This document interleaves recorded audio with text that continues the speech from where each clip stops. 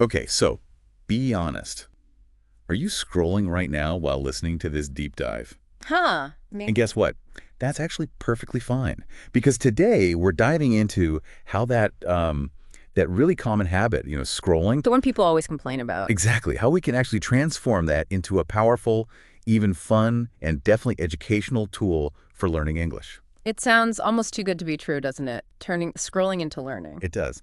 But our source today, 15 things you can do while scrolling from Learn English Effectively, lays out exactly how. So our mission is to unpack these 15 practical strategies and really show you how to turn that scroll time into, well, smart time. So yeah, let's unpack this. How can something we usually think of as like wasted time actually help us grow? Well, what's really fascinating here, I think, is just how easily a habit that feels almost automatic, like scrolling, can be sort of We're reframed, rambling. re-engineered maybe for something really productive like learning. It taps into this bigger idea of mindful engagement with technology. Moving beyond just swiping endlessly. Exactly. From aimless swiping to, having an actual purpose behind it. That's such a key point. And the source makes it clear the core idea isn't that you have to, like, quit scrolling cold turkey. Which most people probably wouldn't do anyway. Right. Instead, you just make it more useful, more fun, more educational, just by being a bit more mindful, having a goal. Scrolling with intention. Yeah. The source calls it scrolling with a smile. And it really does feel like a shortcut almost to learning in a new way. And if we connect this to the bigger picture, learning theory, it really speaks to integrating learning into daily life. Not seeing it as this separate chore you have to schedule. Precisely. When you weave learning into a habit you already have, like scrolling, you're much more likely to stick with it. Consistency goes way up. Okay, so let's get practical. Let's dive into some of the really direct, active things the source suggests you can do while scrolling. This is where it shifts from just looking to actually doing. Like active engagement, yeah. Yeah. It's crucial. So the very first action is super simple. Learn one new English word. Just one. Just one. Every time you scroll, you pause, find one word you don't know, maybe Google it quickly, translate it, and then this is important, repeat it out loud. Ah, the speaking part. Yeah, boom. Like the source says, you just learned something in maybe 30 seconds. And that direct, immediate feedback loop, finding it, understanding it, saying it, that's incredibly powerful for memory. It really makes it stick. It really does. It shifts you from just passively seeing words to actively, processing and producing them. That's deliberate practice, even in tiny bursts. Little microbursts of learning. Which research shows is way more effective than just, say, reading a list of words passively. Okay, and it gets even more hands-on. Building on that active speaking idea, the source says, practice pronunciation. How does that work while scrolling? Well, you see a sentence in English, maybe in a post or a comment. Read it out loud, right then and there. Okay. You can even try shadowing. You know shadowing? Where you try to mimic a native speaker? Exactly. Listen to someone speaking, maybe in a short video, and try to speak along with them, copying their rhythm, their intonation. The source actually says, your voice is your power. Don't be shy. I like that. It gets over the initial awkwardness. It does. And then another related one. Repeat what the person says. Watch a reel or a TikTok. Oh, okay. Pause it. And just repeat what they said. Try to match their voice, their speed, even the emotion. That emphasis on speaking, even just to yourself, is so important. It tackles that big fear people have, right? The fear of sounding wrong. Totally. By practicing privately, mimicking natives, you're building muscle memory for the sounds, the flow, stuff that's really hard to get just from reading. Okay, so that's speaking. What about writing? Any scrolling tips for that? The source covers that too. Yeah, it says, comment in English, see a post you like, leave a nice comment.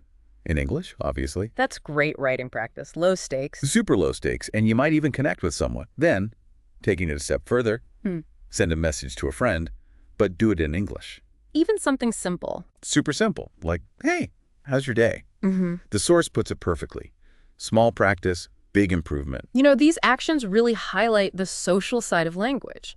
Language isn't just grammar rules in a book. It's for connecting with people. These little acts of writing, commenting, messaging, they make it real. You're using the language for its actual purpose. Turning abstract knowledge into like a real skill you can use right away. Exactly. And, okay, for anyone feeling a bit braver, there's one more active step. Record a 15-second video. Oh, interesting. Of yourself. Yeah, just talking about what you're doing or thinking or feeling in English. You don't have to post it. You can just save it Private practice. or post it. Yeah. The main thing is just speak. It's your practice. Imagine doing that regularly, the fluency boost. Yeah, the confidence would definitely build. Okay, so that's a whole set of really active things.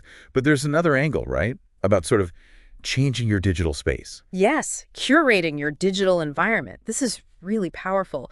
Turning your feed itself into a learning resource. So how do you do that? One tip is save 3 useful posts.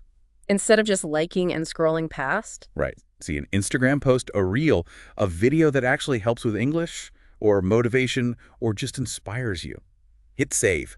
Actively save it. That's a perfect example of what psychologists call environmental shaping. You're consciously building a personalized library. Your own little English learning collection. Yeah, and it makes it so much easier to revisit that useful content later. It reduces the friction, makes learning almost automatic when you browse. And it's not just saving whole posts. Another idea is to screenshot something helpful. Oh, like a specific phrase. Exactly. Or a cool idea, a new word you saw used really well. Snap a screenshot. Then, and this is key, create an English folder on your phone for them. Simple but effective and easy to review later. And here's one I think people will like. Create an English meme folder. A meme folder? Yeah. Seriously? Yes, for funny English memes. The source specifically says, humor helps you learn faster. You know, that's actually backed by science. Humor lowers your defenses, makes you more receptive. Right. Less stressed about learning. And it creates a stronger emotional connection to the content. Positive emotions boost memory. The information literally sticks better. So yeah, it's not just fun, it's neurologically smart. So your meme stash is actually a learning tool. Love it. Who knew? And then, to really make sure your feed is working for you, the source says, follow 5 English learning accounts. Fill your feed proactively. Exactly. Fill your feed with good stuff, it says. Okay. That way, even when you're scrolling, you're still learning.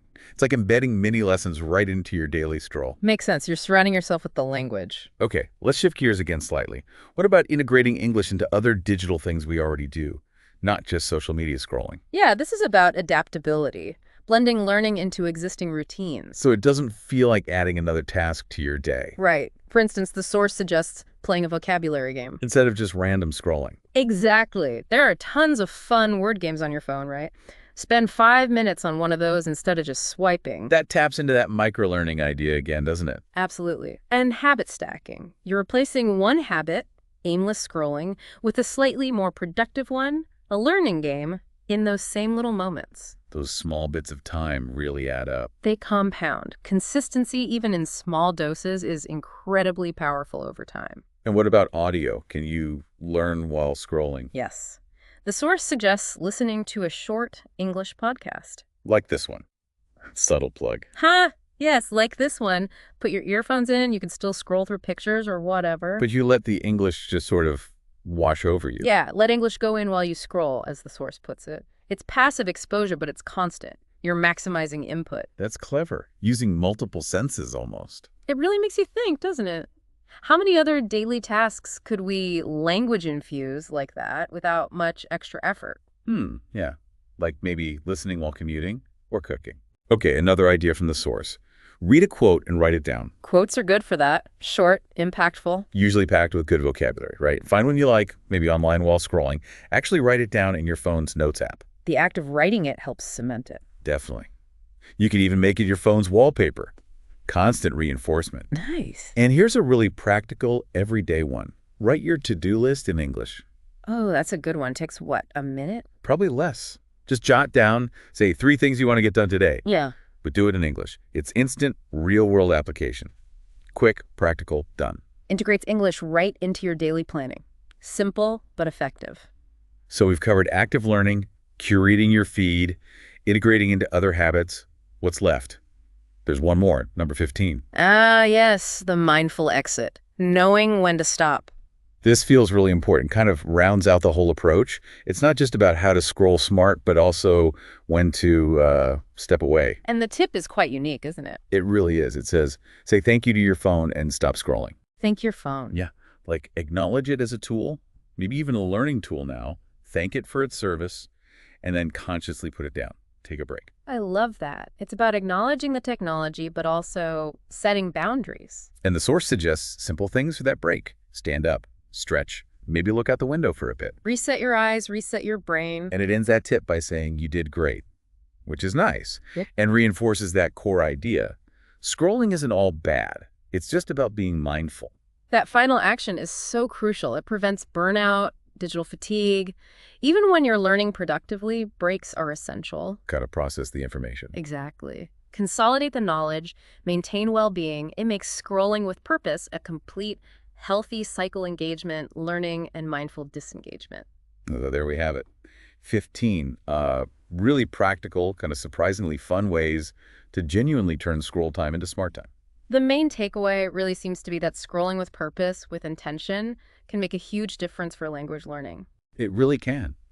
So we'd encourage you, listening right now, maybe pick just one, even one tiny action from this list, and try it today. Yeah, see how it feels. It really is about shifting that perspective, isn't it? Turning our phones from, potential time wasters. Into little English teachers. Exactly, as the source nicely puts it. And I love the final line from the source. It just sums it all up. You're not just scrolling.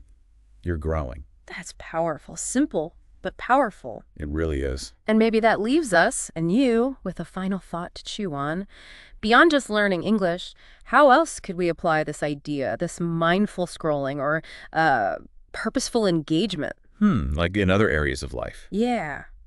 Could we transform other activities that feel passive or even like distractions into opportunities for growth, for learning something new, maybe gaining some insight? Interesting. Applying that intentionality elsewhere. Something to think about as you maybe go back to scrolling or maybe take that mindful break first.